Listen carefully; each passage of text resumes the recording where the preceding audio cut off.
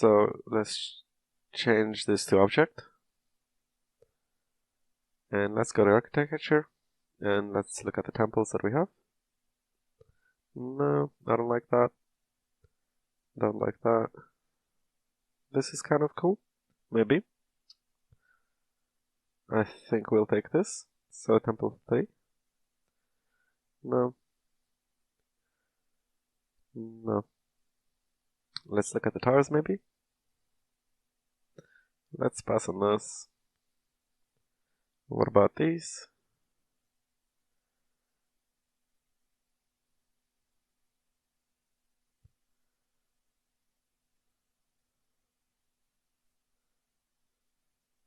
Okay, I quite like this. And I quite like temple 3 and 4. And I forgot which minaret. Minaret 5 and 4 and 3. And let's instantiate these. And let's localize.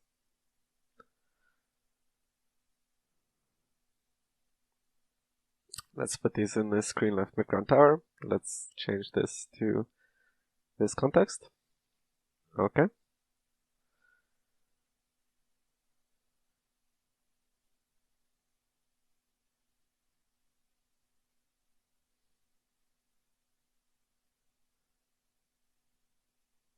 I see I quite like this temple, but I think I only want the top dome. It's a little bit big otherwise. I could put it here. Scale it up a bit. And let's rotate this so that it matches up. Minus 20 degrees. No, minus 22.5. Yeah, that's correct. If I move this here,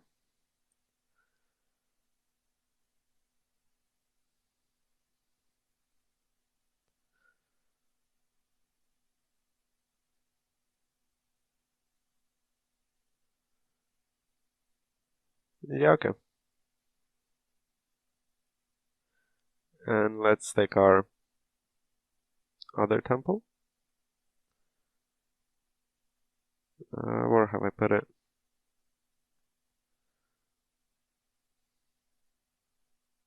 Here. And let's move this down here.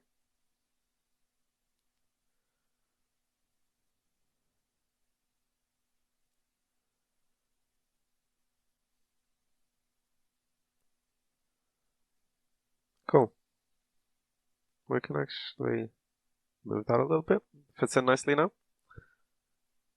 So we could actually copy this and make it a part of the temple. We could put it here.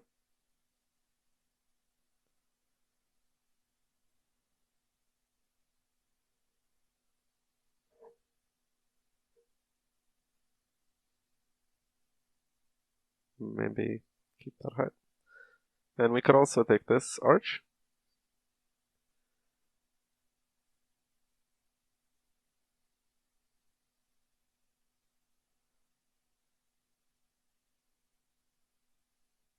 And make a smaller entrance here.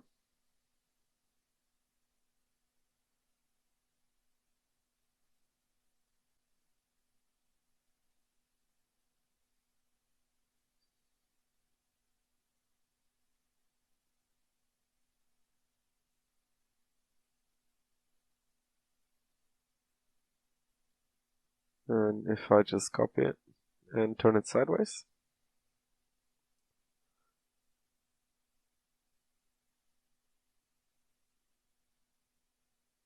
and extend it like this,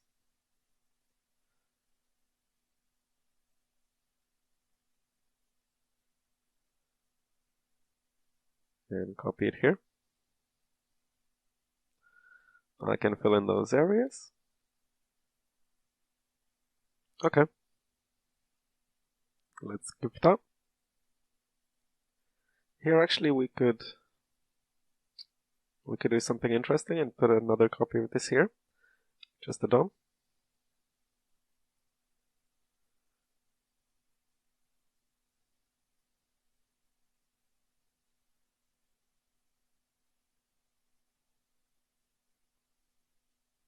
So now that is something quite a lot more interesting already. Let's scatter some extra objects on top. Let's just grab all of what we have here and let's contextualize it, and we'll call this base buildings.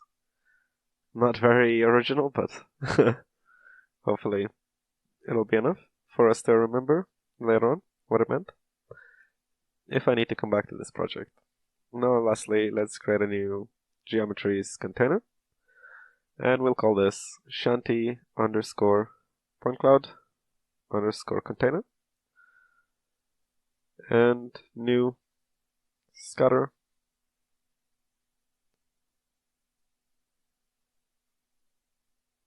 Let's select our point cloud container as geometry support, and let's add the shanties as geometry. And again, let's scatter rotation variance 360 degrees and step 90, so we get them face them in all 4 directions, but not in random ones. So, shanty scatter.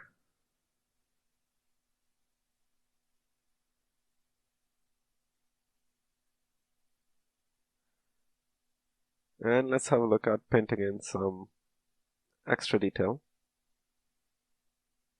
And maybe let's decrease the density 5. And what I'm kind of thinking here is, as I was mentioning earlier, I think all of these poor houses would be near the bottom, and then rich people would live near the top. But then I also kind of try to think of, for example, what could this area be? This could be a market or something similar. Could be something really interesting. A nice little focal point as well, if we give it purpose. So these are the kind of areas where you can imagine people settling or something like that. And the best thing about this is that any parts that don't make sense or don't look good, we can just fill with these houses, right? So we can hide whatever needs hiding.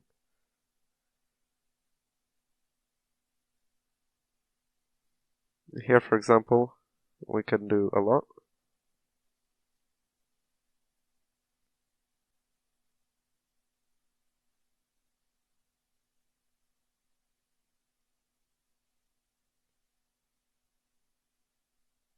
Here along the edge, maybe. Even along the wall, maybe they're stacked on top of each other. Could be cool. Alright, yeah, we'll stick with that. Here at the top, I don't want any, so let's ignore that. Let's paint in a bunch here. Cool. Okay, that'll do for now. Actually, one thing I forgot all about. My minaret.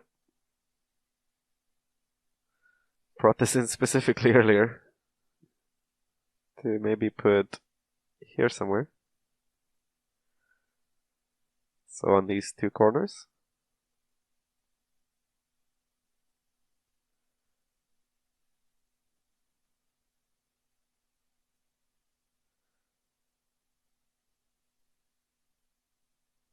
Maybe we can take a couple of these and stick them on here somewhere. And put them here maybe?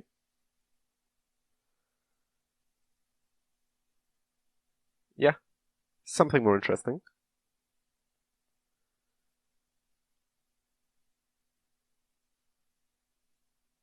Let's paint a few more here.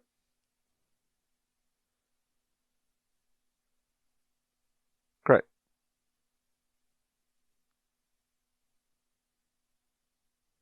Let's create a new container for our trees. Tree PC container. And a new scatter. Tree scatter. And as you can see, it's a lot of the same tricks repeated, but as long as you mix it up well enough and hide your technique, your work will seem much more lifelike and much more interesting, and you will keep your audience guessing as to how you did it.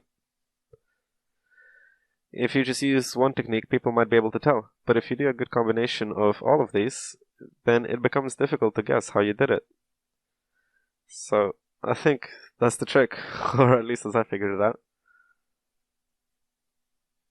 Makes it seem slightly more mysterious. So let's create some trees here. And I'm just kind of trying to think of where would these actually grow? Where would people plant them? You could do a little bit of an overgrown area there. Here as well. It's great because it's sort of like speed painting, in the sense that I get a lot of cool stuff going on without even trying very hard. Let's do that. That seems awesome. Here, for example, we could make this into a little bit of a park, maybe? Maybe a bit too much. Yeah. This could be a little bit of a garden, some meditation place. Maybe the people who live here, some kind of holy people, the masters of this temple, maybe go there to look over the city. I don't know, you can come up with stories in your own head, and I find that it helps quite a lot as I'm working. I think it bleeds into your work and makes it more interesting to look at, if you think of all these little things.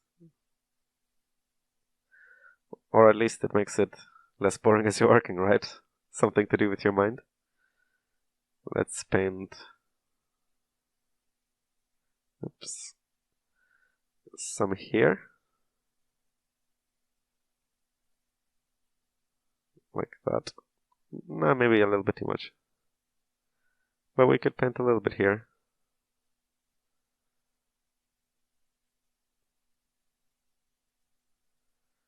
Very cool.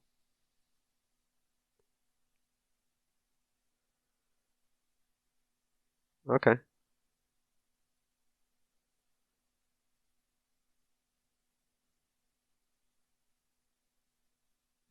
Yeah, and let's create a new container. We're gonna call this balcony PC container. And new scatter. Balcony scatter. Let's select our geometry support and the geometries.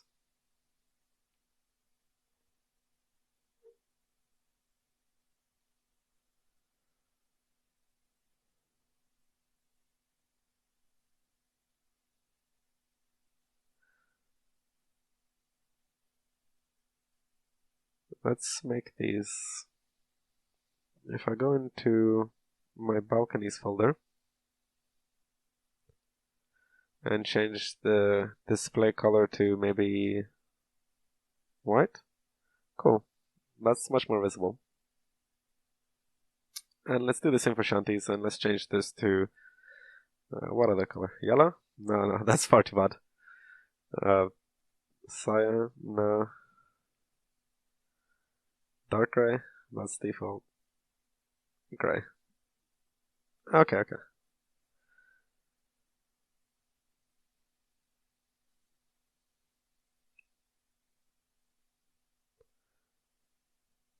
So let's paint some of these on. Oh. And let's also call this X. Remember from the previous lesson? We're gonna do the same trick.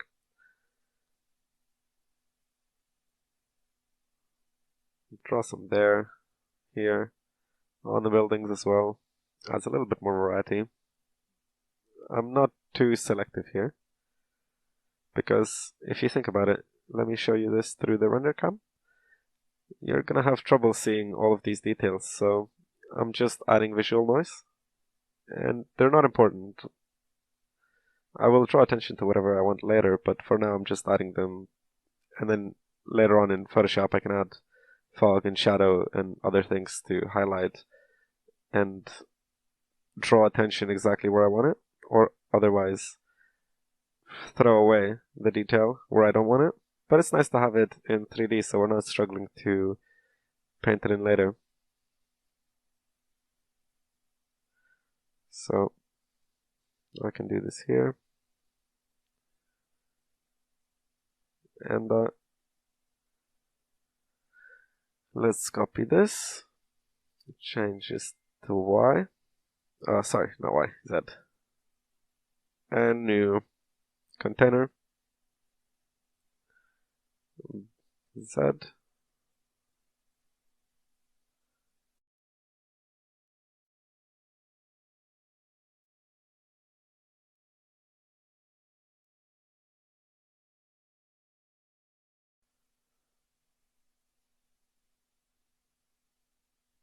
Okay. Let's paint these in this way.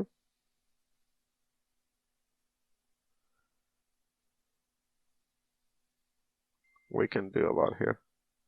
Maybe not that many.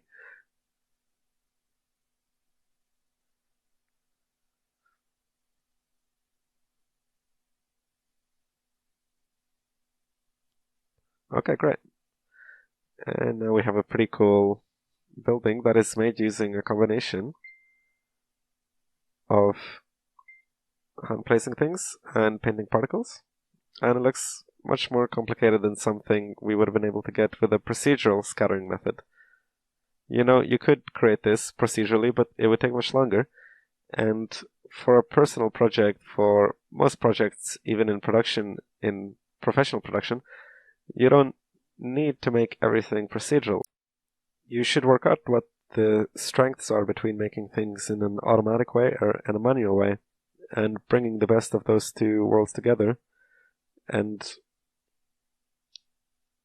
it's just a matter of how much time either of these takes you to make. You want to make everything the quickest, most efficient way using the most cheats that you can think of. And yeah, that way you'll be able to make something that people will look at and not quite know how you did it. Okay, I think this is good enough. Okay, so now I've opened my project from when I originally did it the first time, just to show you how I took these techniques that I've just shown you there now and applied them to the rest of the artwork.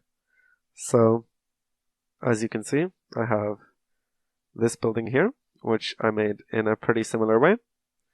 Actually, let me just go through everything bit by bit, just to show. Okay, let's start from the screen foreground tower. We have this. So, as you can see, exactly the same, where I've just hand scattered these trees and the balconies and the houses. Then going to the mid-ground tower, you can see that this is pretty similar to what we had just a few minutes ago that I showed you. I think I made some slight differences. Overall, very, very similar. Then let's go to our screen right tower. Again, exactly the same techniques. Actually, I think I scattered things automatically. I didn't even hand place them, but I used the scope to cull where the points appear to save a little bit on memory. Let's go to the bottom city. And again here, I took my bottom city geometry and just hand painted particles, trees, and buildings. And then I believe I had the background city, which I think actually my setup wasn't as good as the one I've just made in this tutorial. It's slightly worse, I think. I think I didn't have the rooftop rules defined. So actually what you got was slightly better than what I originally did myself. So, little bonus maybe? Apart from that, okay, let's just look at the whole city. I placed some more temples here manually. If I go to here to my temples context. You can see where I've placed them. I've placed them all by hand, the same way I've showed you here with these ones. The same techniques, just doing it manually and really trying to make the best composition that you can. And my whole idea was, if I showed this through the render cam, was to use these temples to lead the eye towards the main temple in the background, which I put very far away, and I've made it huge. So hopefully the viewer will, if their attention strays towards the corners, they'll hopefully go through seeing all of these temples, which I later made gold to hopefully lead back to the central one. So, other than that, if you remember in my concept earlier on, I had the top arch here, and again, let's just go back to the render cam. If I select my arches, you can see here that I had the same aim of, if I just go back here, arches and temples, of having this shape correspond with the shape, so it's almost like a double cutout, and it's just a nice little trick if you know of the vignette technique in photography where you darken the edges. This is a little bit similar. It acts as a frame, this for this, so I kind of thought it worked quite well. And all over the place in the top and the background I've placed balconies and houses and things like that. Other interesting bit I thought was having this clearing in the middle with just the water, and then placing a couple of temples floating in the water, which provides a lot of contrast between the two elements, the water and the man-made structure. So, one of the main things I would say in creating a compelling image is having these sorts of contrasts between, man-made and nature and dark and light, and the more of that you can have within reason, the more interesting your image will be. If you can find good ways to combine all of those things and make it reasonable. So, for example, here I have the nature, which is water and trees, but combined with buildings and arches and things like that. And I try to do it in a believable way, so, you could believe that the city is slightly overgrown and there's water, but having that sort of contrast makes for a much more interesting image because it's more fun for your eye to look at all of these different details. Furthermore, if we go here, I've added some points of interest here with the piers. And again, I just manually hand placed these. And there's nothing very interesting here in how I did it. I just have a lot of these models and I've placed them here by hand, and if I zoom in, this doesn't even make much sense. Why are these here? But when you look at it from a distance, it again adds an extra little focal point in the image. In a way, it kind of differentiates,